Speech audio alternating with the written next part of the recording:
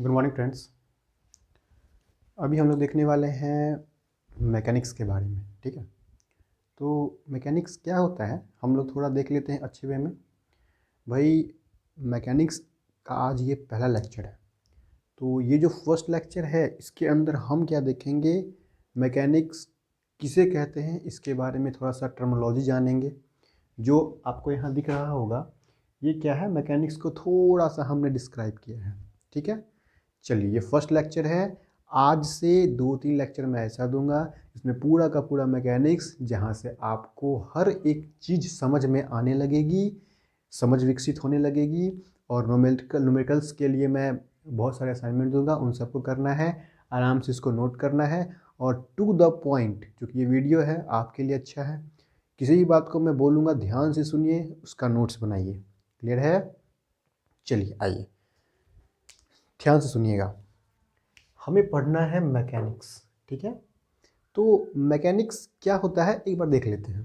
भाई, मैकेनिक्स कहते किसको हैं? मैकेनिक्स क्या है ना कि एक प्रकार का समझ लो कि प्रोसेस है।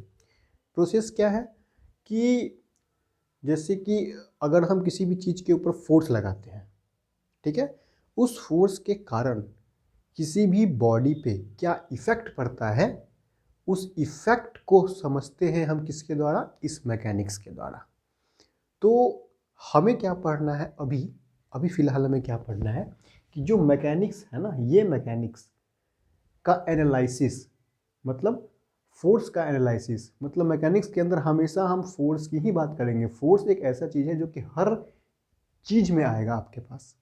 तो मैकेनिक्स को हम लोग क्या करते हैं कि टाइप्स ऑफ बॉडी और मोशन ऑफ बॉडी दो भाग में डिवाइड कर देते हैं। ठीक है, तो टाइप्स ऑफ बॉडी के ऊपर हम बात करें तो इसके अंदर रिजिड बॉडी आती है, रिजिड बॉडी आएगा। उसके बाद एक डिफॉर्मेबल बॉडी आएगा। ठीक, अगर हम मोशन ऑफ बॉडी की बात करें तो इसके अंदर स्टैटिक आएंगे, डायनेमिक्स आएंगे। फिर इस डायनेमिक्स को दो भागों में डिवाइड किया गया है, और ये क्या है, एक तो काइनेमेटिक्स है, दूसरा काइनेटिक्स है। ओके, आते हैं अब समझते हैं। भाई, सबसे पहले हम ये देखेंगे कि जो रिजिड बॉडी है ना, यह रिजिड बॉडी कहते किसको है। तो रिजिड बॉडी मैकेनिक्स मैंने यहाँ लिखा है, इसका मतलब ये है कि रिजिड बॉडी के ऊपर अगर कोई फोर्स काम कर रहा है तो उस फोर्स के कारण उस रिजिड बॉडी के ऊपर जो भी इफेक्ट पड़ेगा वह इफेक्ट कहलाएगा रिजिड बॉडी मैकेनिक्स। क्लियर है? सिंपल मैकेनिक्स क्या हुआ, किसी भी बॉडी के ऊपर अगर फोर्स हम अप्लाई करते हैं, उस फोर्स के कारण जो भी उसके अंदर चेंजेज आते हैं या जो भी प्रभाव पड़ता है, इसी प्रोसेस को मैकेनिक्स कहते हैं। तो अगर हम रिजिड बॉडी के ऊपर फोर्स डालेंगे तो उस एनालिसिस को हम कहेंगे रिजिड बॉडी मैकेनिक्स। ओके, उसी तरह से डिफॉर्मेबल बॉडी के ऊपर अगर हम फोर्स डालेंगे तो उसे हम कहेंगे डिफॉर्मेबल बॉडी मैकेनिक्स। सिंपल से फंडा है। अब बात आती है कि रिजिड बॉडी किसे कहते हैं। रिजिड बॉडी क्या है भाई, अगर किसी भी बॉडी के ऊपर हम फोर्स अप्लाई करें और उसका शेप और साइज चेंज नहीं होता है या नेग्लिजिबल चेंज होता है, तो हम उस तरह के बॉडी को हम कहेंगे वह एक रिजिड बॉडी है। जैसे अगर मैं इस मार्कर की बात कर लूँ तो मैं कहूँगा कि भाई मैं इधर से भी फोर्स डाल रहा हूँ, डैट मीन्स यहाँ से मैं इस तरह से दाब रहा हूँ, इधर से मैं ऐसे करके दाब रहा हूँ, देखो मैं ऐसे करके फोर्स अप्लाई कर रहा हूँ। तो क्या इसके साइज में, डैट मीन्स कि इसके लेंथ में कोई चेंज आ रहा है क्या? अगर हम माइक्रो लेवल पे बात ना करें तब इसके ऊपर कोई भी चेंजेज नहीं आ रहा है। तो अगर इसके ऊपर कोई भी चेंजेज नहीं आ रहा है तो हम इस टाइप के बॉडी को कहेंगे this is the rigid body. Okay, दूसरा डिफॉर्मेबल बॉडी। सिंपल, अगर हम किसी भी वस्तु के ऊपर फोर्स डाल रहे हैं और उस फोर्स के कारण अगर अगर उस फोर्स के कारण उसका शेप और साइज चेंज होता है, उसे कहेंगे डिफॉर्मेबल बॉडी। जैसे एक रबर बैंड ले लिया, रबर बैंड को अगर मैं इस तरह से खींच रहा हूँ तो उसके अंदर मैं फोर्स लगा रहा हूँ, अपोजिट या इक्वल फोर्स, तो वो क्या होगा, रबर बैंड की लंबाई बढ़ेगी। डैट मीन्स उसका शेप चेंज हो रहा है। अगर शेप चेंज हो रहा है तो सिंपल सी बात है, वो क्या होगा, डिफॉर्मेबल बॉडी होगा। ठीक है, देखो अभी मैं क्या कर रहा हूँ ना, ओवरव्यू दे रहा हूँ। अब चूंकि जब हम स्टार्ट करेंगे एक टॉपिक, तो रिजिड बॉडी बस ये पढ़ करके ख़त्म नहीं होगा, इसके ऊपर बहुत सारा कॉन्सेप्ट है जो मैं आपको हर एक चीज़ को अच्छे से एक्सप्लेन करके लिखवाऊंगा भी और बताऊंगा भी। अभी मैं क्या कर रहा हूँ ना, बस एक मैकेनिक्स में क्या पढ़ना है, ये जो इम्पोर्टेंट चीज़ है, जैसे कि मान लो घर बनाने के लिए हमें पहले क्या करना पड़ता है, पिलर खड़ा करना पड़ता है। तो अभी मैं 2-3 वीडियो ऐसा दूंगा ना जो आपका पिलर खड़ा करेगा, उसके बाद हम लोग पढ़ाई करने से स्टार्ट करेंगे, समझे। चलिए ठीक है, आप नोट कीजिए इसको।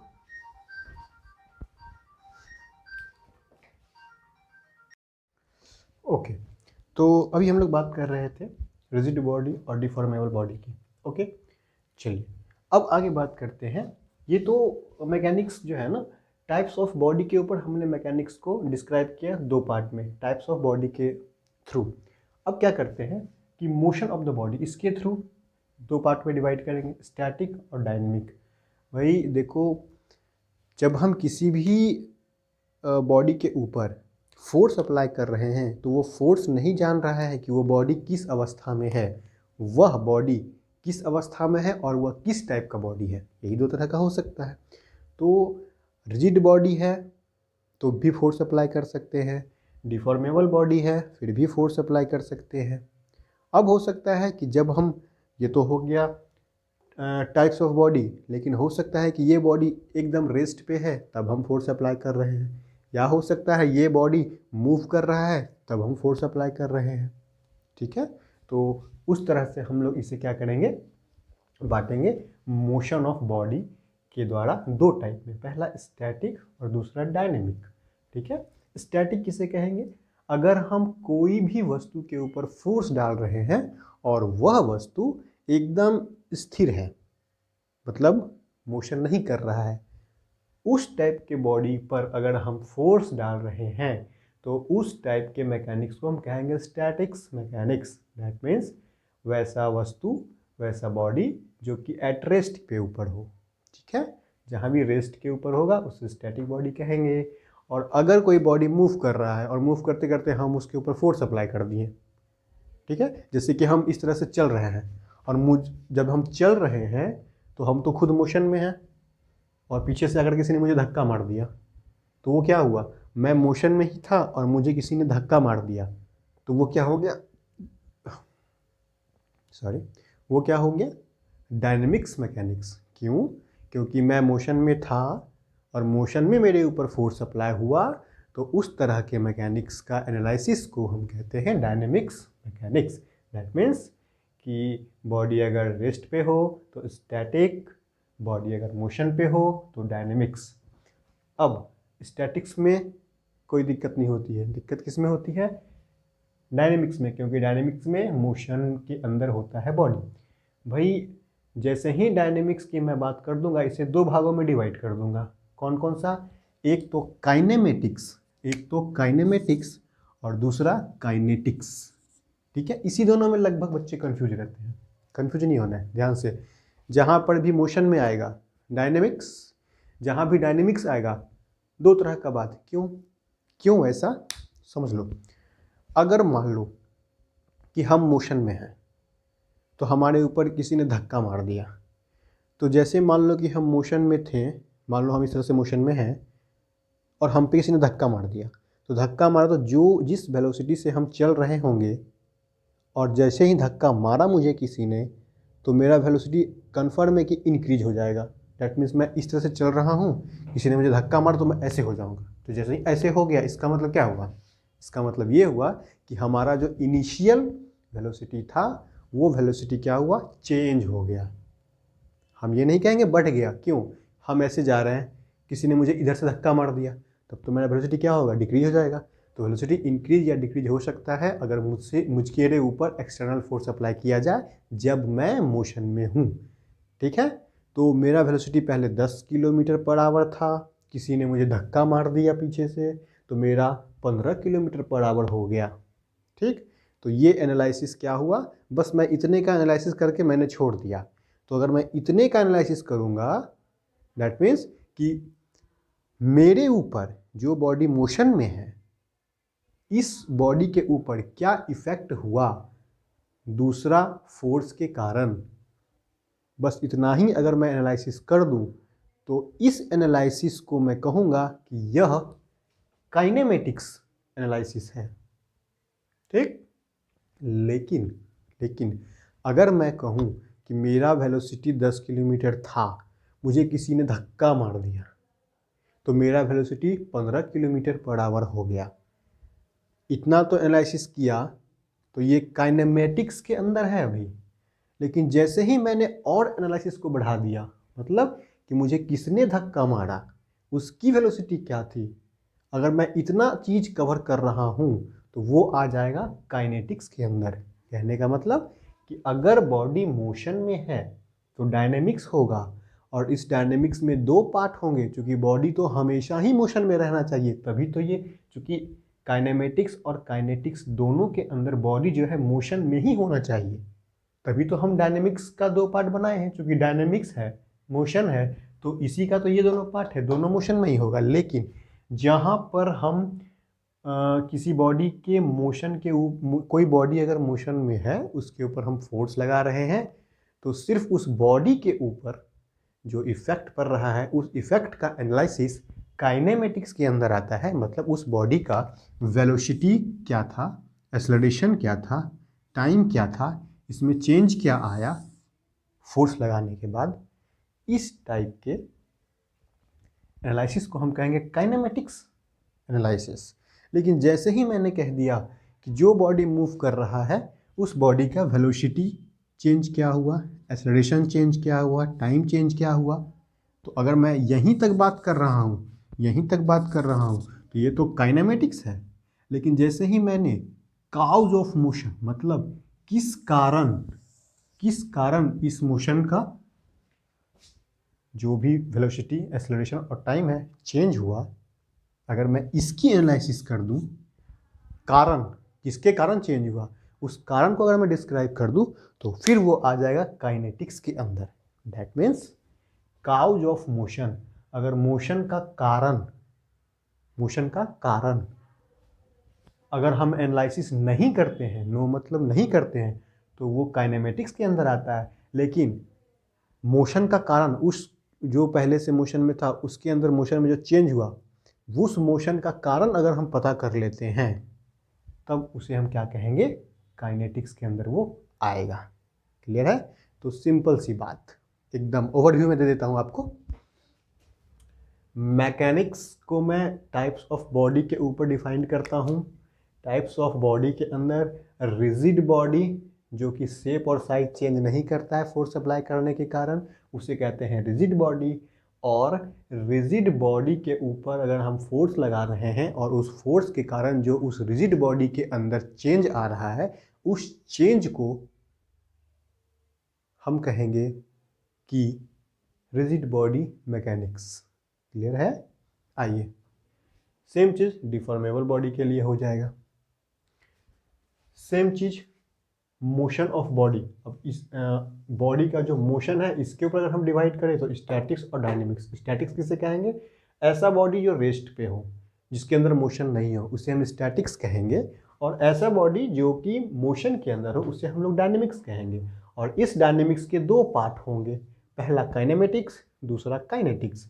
काइनेमेटिक्स में वो सारे मैकेनिज्म आ जाएंगे जिसके अंदर हम लोग जो मोशन है उस मोशन का कारण नहीं पता है, काउज ऑफ मोशन हमें नहीं पता है, उसका हम लोग एनालिसिस नहीं करते हैं, उसे हम लोग कहेंगे काइनेमेटिक्स। और अगर हम मोशन का काउज पता करने लगे तो उसे हम लोग कहेंगे काइनेटिक्स। क्लियर है? चलिए स्क्रीनशॉट ले लीजिए इसका, फिर हम आगे डिस्कस करते हैं।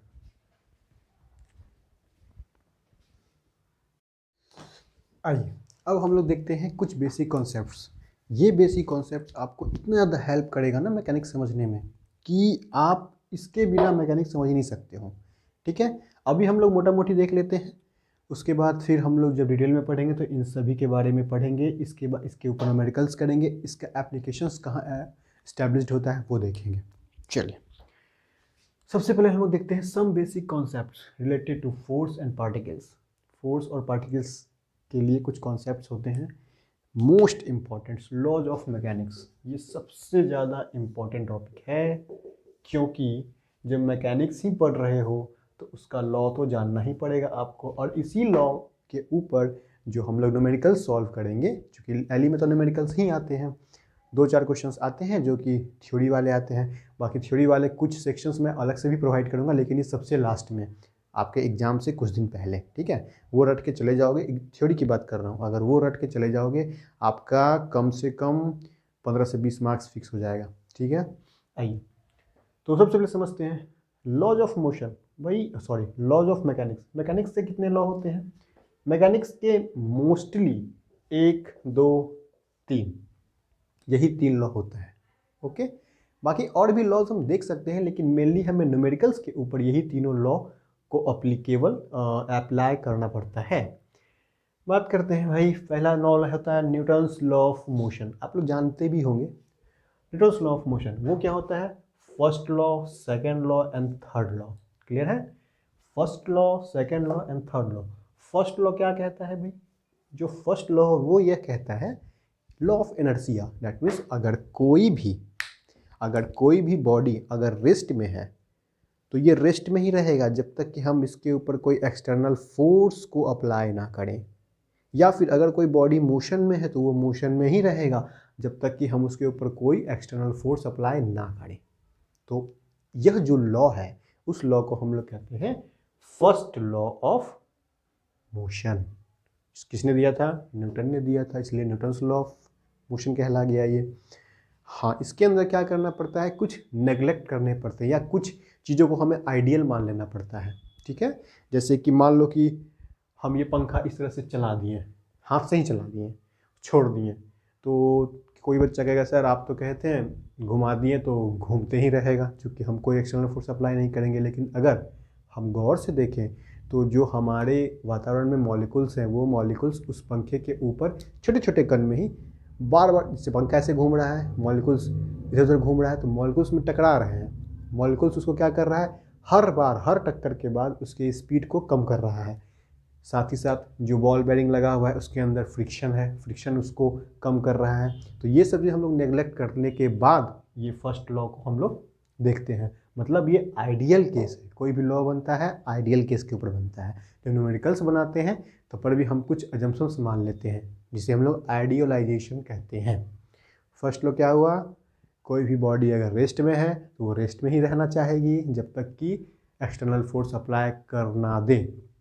कोई बॉडी अगर मोशन में है वो मोशन में ही रहना चाहेगी जब तक कि उसके ऊपर कोई हम एक्सटर्नल फोर्स अप्लाई ना कर दें। ठीक, फर्स्ट लॉ आपने देख लिया।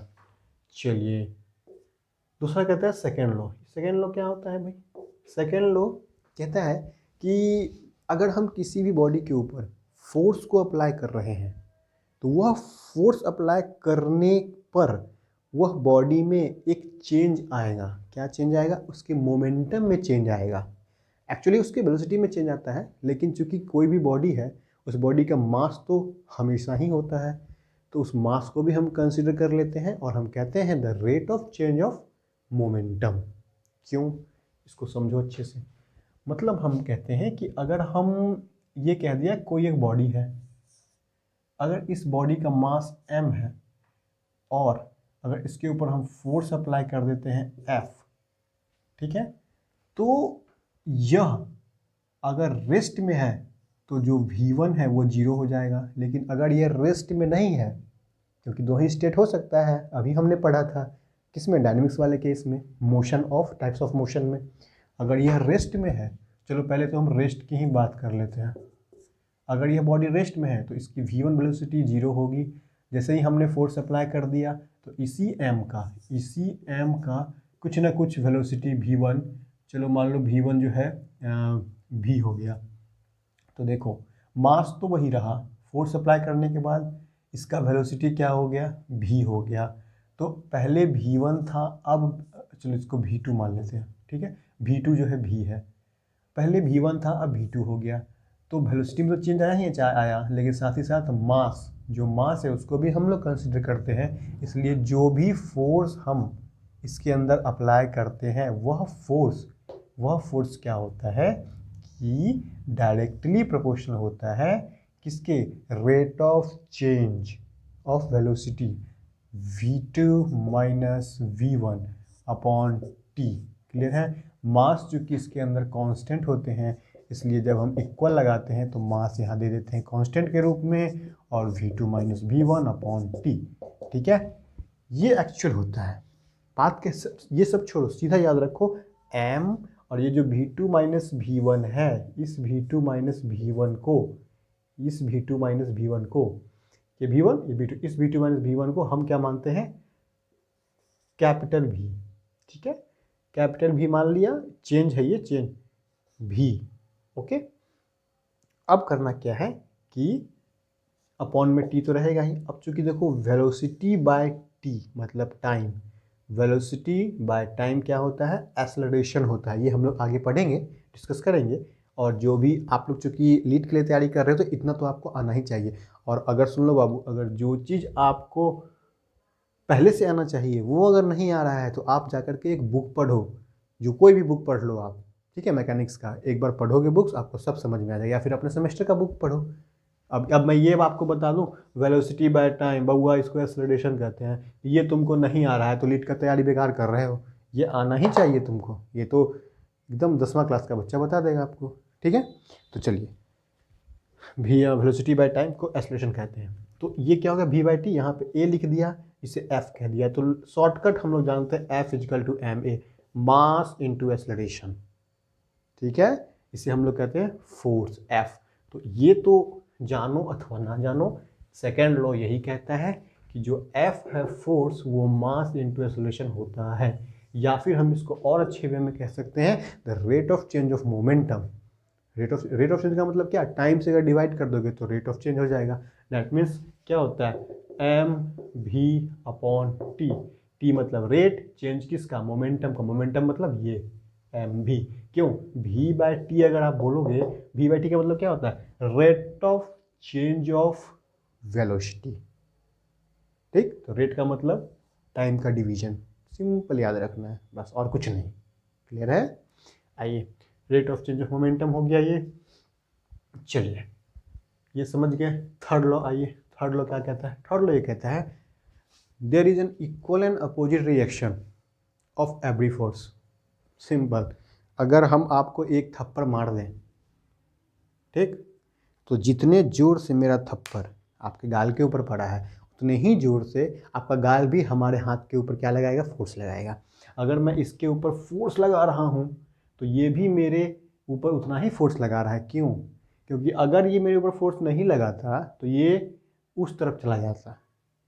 तो क्या हुआ, थर्ड लॉ क्या कहता है, किसी भी बॉडी के ऊपर अगर आप जितना फोर्स लगा रहे हो वो इक्वल एंड अपोजिट होता है। क्लियर है, उसको हम लोग रिएक्शन फोर्स भी कह देते हैं। और हाँ, इसके बाद मैं रिलेशन ऑफ फोर्स पढ़ाऊंगा, एक ओवरव्यू दूंगा, उससे क्या होगा आपको इसका यूज आ जाएगा।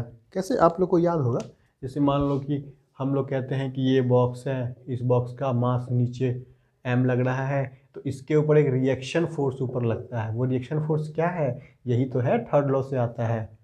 थर्ड लॉ से क्यों आता है, मास जितना ये इसके ऊपर दबाव डाल रहा है, इतना ही ये इसके ऊपर दबाव डाल रहा है। इसको हम कह देते हैं कि ये मास है, और ये मास कहो या वेट कहो, अगर फोर्स के टर्म में कहोगे तो ये रिएक्शन क्या है, ये रिएक्शन कुछ नहीं है, ये थर्ड लॉ से ही आया है। क्लियर है, इक्वल एंड अपोजिट रिएक्शन, ये दोनों इक्वल एंड अपोजिट होते हैं।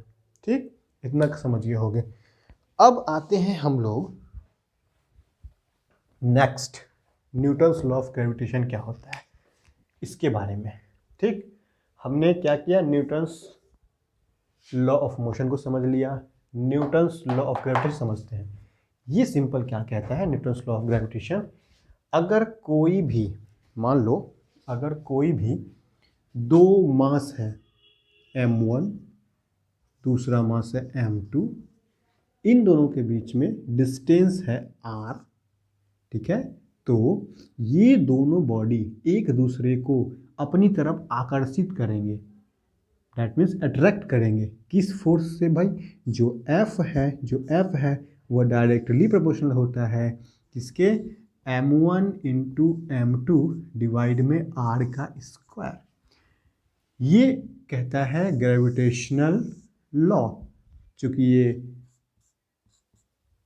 डायरेक्टली प्रोपोर्शनल को हटा करके इक्वल दे रहे हैं, तो यह इक्वल एक कांस्टेंट लेके आएगा जिसे हम लोग g कहते हैं। तो g m1 m2 by R square. ये जो देखो भाई हर चीज़ में फोर्स आ रहा है, क्योंकि पढ़ रहे हैं क्या मैकेनिक्स, ये दोनों क्या कर रहा है, फोर्स अपने ऊपर अट्रैक्ट कर रहा है, दोनों एक दूसरे को अट्रैक्ट कर रहा है। तो F जो है F equal to G m1 m2 by R square. ये जो न्यूटन्स लॉ ऑफ ग्रेविटेशन है यही कहता है कि दुनिया में कोई भी दो फोर्स हैं, दो बॉडी हैं, एक बार पता है ये बॉडी एक दूसरे को अट्रैक्ट कर रहा है किस फोर्स से, तो G इंटू m1 m2 इसका मास m1 इंटू m2 डिवाइड में आर स्क्वायर। आर क्या है, इन दोनों बॉडी के बीच का डिस्टेंस, समझे। हाँ वो अलग बात है कि अगर अट्रैक्ट कर रहा है तो दोनों सट क्यों नहीं रहा है, क्योंकि ये जो फोर्स है इसके मास के कंपेरिजन में बहुत ही नेग्लिजिबल है, बहुत ज़्यादा ही नेग्लिजिबल। ठीक है, देखो नीचे आर स्क्वायर आ रहा है, मतलब जो डिस्टेंस होगा ना नीचे में क्या होगा, आर स्क्वायर। अच्छा, और ये चीज़ वैल्यू कहाँ से आया भाई, ये हज़ारों बार एक्सपेरिमेंट किया गया तब जा करके इस रूल को निकाला गया हर एक बॉडी के ऊपर अप्लाई करके। ठीक है, चलिए वो तो डिटेल में बाद में पढ़ेंगे हम लोग। इतना समझ लो कि जो न्यूटन्स लॉ ऑफ ग्रेविटेशन है वो F ये G m1 m2 by R square. G को क्या कहते हैं, ग्रेविटेशनल कांस्टेंट। ठीक है, 6.67 minus 23 newton per metre square. ठीक है, चलिए अब आगे आते हैं हम लोग प्रिंसिपल ऑफ ट्रांसमिसिबिलिटी।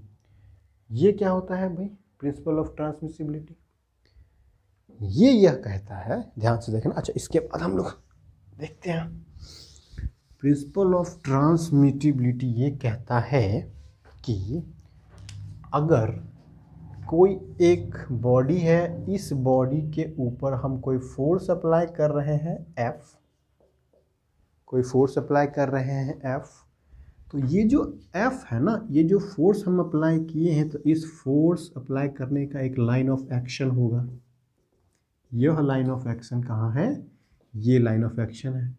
तो अगर मान लो कि इस फोर्स को अप्लाई करने से यह इस साइड 10 मीटर मूव किया, ठीक, तो अगर मैं इसी बॉडी के ऊपर इसी लाइन ऑफ एक्शन, इसी लाइन ऑफ एक्शन के ऊपर इधर से फोर्स अप्लाई ना कर करके, ये मान लो कि 10 न्यूटन का फोर्स अप्लाई किया, अगर मैं ये इसी लाइन का ऑफ एक्शन, ये नहीं कि यहाँ जितना डिस्टेंस पे ये उतना ही डिस्टेंस पे ये, अगर इस इधर ना करके मैं इस साइड अगर कर दूं सेम फोर्स, मतलब 10 न्यूटन, इधर 10 न्यूटन अप्लाई किया इसी लाइन ऑफ एक्शन के ऊपर, अगर मैं इस फोर्स को हटा करके यहाँ से फोर्स को अप्लाई कर 10 न्यूटन, तो भी यह इधर की ओर 10 मीटर ही मूव करेगा।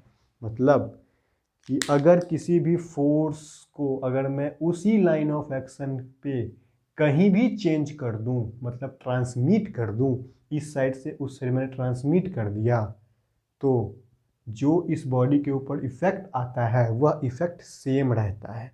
इसी को कहते हैं प्रिंसिपल ऑफ ट्रांसमिटिबिलिटी। क्लियर है, चलिए यहाँ तक समझ गए। ये हो गया आपका। आगे आते हैं, एक टर्म है आइडियलाइजेशन। ये क्या होता है भाई, आइडियलाइजेशन ये क्या होता है ना, कि आइडियलाइजेशन का मतलब ये होता है कि किसी भी चीज़ के ऊपर अगर हम एनालिसिस कर रहे हैं, डैट मीन्स अगर हम न्यूमेरिकल बना रहे हैं, तो हम एक आइडियल केस मानते हैं। आइडियल केस क्या होता है, जैसे मान लो कि हमें क्या करना है, एक कार है, अगर हम बोल रहे हैं a car is moving with a velocity 20 kilometre per hour, तो हम कार के बारे में जैसे ही मेरे दिमाग में आता है तो मुझे लगता है कार का हेडलाइट मूव कर रहा है, या कार में जो ड्राइवर बैठा है वो मूव कर रहा है, या कार का चक्का है वो मूव कर रहा है। तो मेरे दिमाग में क्या आता है, ये सब कुछ नहीं, एक कार मूव कर रहा है। इसका मतलब कार को हम एक पॉइंट या एक पार्टिकल के रूप में जानते हैं, और उस पार्टिकल को ही हम समझते हैं कि हाँ भाई वो क्या है, मूव कर रहा है। ठीक है, तो उसी हमने क्या किया, कार को क्या मान लिया, एक पार्टिकल मान लिया। हमने क्या किया, आइडियल केस बना लिया, उसी को हम लोग कहते हैं आइडियलाइजेशन। दैट मीन्स कभी भी एनालिसिस करने के ऊपर, न्यूमेरिकल बनाने के ऊपर हम लोग क्या करेंगे, पार्टिकल, रिजिड बॉडी और पॉइंट लोड, इन तीनों को एक आइडियल केस में मानेंगे। जैसे ही हम लोग कहेंगे पार्टिकल, तो कहने का मतलब है कि अगर मान लो कि एक यहाँ पे कार है, हम बोलेंगे इस कार का वेट कितना है, तो मान लो कि 100 न्यूटन है, सॉरी मान लो कि इसका 1000 किलो है इसका वेट। ठीक है, अगर हम बोलते 1000 किलो है अगर, तो क्या हेडलाइट का वेट है, किसका वेट है, और कहाँ से कंसिडर करेंगे हम, तो जो कार होता है उस कार का जो मिड वाला पॉइंट होता है, उसी पॉइंट को हम कह देते हैं कि भाई हाँ पूरा का पूरा वेट जो है इसी पॉइंट पे लग रहा है, और इसी पॉइंट को हम एक पूरा कार मान लेते हैं। मतलब पूरे के पूरे वस्तु को एक पार्टिकल मान लेते हैं और उसी के ऊपर कहते हैं कि यहीं पे क्या है, उसका पूरा का पूरा वेट है। तो हम क्या करेंगे, किसी बड़े से बड़े चीज़ का अगर एनालिसिस कर रहे हैं तो हम उसको एक पार्टिकल मान लेंगे, तो इसे हम लोग कहते हैं कि आइडियलाइजेशन, मतलब आइडियल केस मान लिया। रिजिड बॉडी, रिजिड बॉडी क्या होता है, देखो अगर ये जो बॉडी है ना, अगर इसके ऊपर फोर्स लगा रहे हो ना, तो ये हल्का हल्का एकदम डिफॉर्म करता ही करता है, लेकिन हम इसे नेग्लेक्ट कर देते हैं और कहते हैं कि नहीं इसके अंदर कोई भी डिफॉर्मेशन नहीं आया, तो हम कहते हैं कि वो रिजिड बॉडी है। क्लियर है। तीसरा पॉइंट लोड। पॉइंट लोड क्या होता है, मान लो कि तुम ये मान लो कि एक बेड है, इस बेड के ऊपर एक गाड़ी रखी हुई है, बेड के ऊपर एक गाड़ी रखी हुई है। हम कहें गाड़ी का लोड कितना है भाई, लोड कहाँ दर्शाएंगे हम, क्योंकि गाड़ी अगर इतना बड़ा है तो लोड तो यहाँ पर रहा है, यहाँ सब जगह पर रहा है। लेकिन हम ये क्या कहते हैं कि नहीं, इस गाड़ी का लोड यहाँ पर रहा है। क्यों पर रहा है, इस पूरे जगह पर नहीं, हम क्या कहते हैं, वही सेंटर ऑफ मास की बात होगी, जहाँ पर इसका पूरा का पूरा मास एक सेंटर के ऊपर क्या करेगा, कोइंसाइड करेगा, और इसी के ऊपर हम मान लेते हैं यहाँ पे, मतलब ऐसे डायग्राम कैसे बनाते हैं, पूरा कार नहीं बनाते हैं, एक पॉइंट दे देते हैं और मान लेते हैं कि यहीं पे क्या है, एक लोड पड़ रहा है, किसका, इस कार का। कहने का मतलब हमने आइडियल बना दिया। क्या क्या बना दिया, पार्टिकल। एक कार था उसको हम एक पार्टिकल मान लिए और कहें कि नहीं यही पार्टिकल है। अब हमने कहा रिजिड बॉडी, कार है, कार के ऊपर अगर लोड लगाओगे या फिर कार को अगर बेड के ऊपर रखोगे तो थोड़ा ना थोड़ा सा कार जो है डिफॉर्म होगा या बेड डिफॉर्म होगा, लेकिन हम उसे नेग्लेक्ट कर देते हैं, उसे नहीं मानते हैं। ठीक है। तीसरी बात पॉइंट लोड। अगर हम उसे लोड दर्शाना चाहते हैं कि भाई इस कार के ऊपर, इस कार के चलते इस बेड के ऊपर कितना लोड आया, तो क्या करेंगे, एक पॉइंट लोड करके दर्शा देंगे और बोलेंगे हाँ यही लोड पड़ रहा है, जबकि ये पूरा का पूरा, इस पूरे का वजन है 1000 kg, लेकिन हम क्या कहते हैं, नहीं इसी के ऊपर 1000 kg पड़ रहा है, क्या वजन। अब वो अलग बात है कि अब ये मत समझना कि भाई 1000 kg है, हम इसको न्यूटन में क्यों नहीं लिखें, क्योंकि कोई भी चीज़ अगर नीचे जाता है तो इसके ऊपर आप क्या करोगे, जी तो लग ही रहा है, तो जब जी लग ही रहा है तो हम इसे क्या करेंगे, इस kg नहीं एम और जी लगा देंगे। एम जी का मतलब क्या कि भाई जितना लग रहा है उसमें 9.8 से गुना कर दो, मतलब वेट निकाल दो, डब्ल्यू चल दो, क्या होता है, एम जी ही तो होता है। क्लियर है।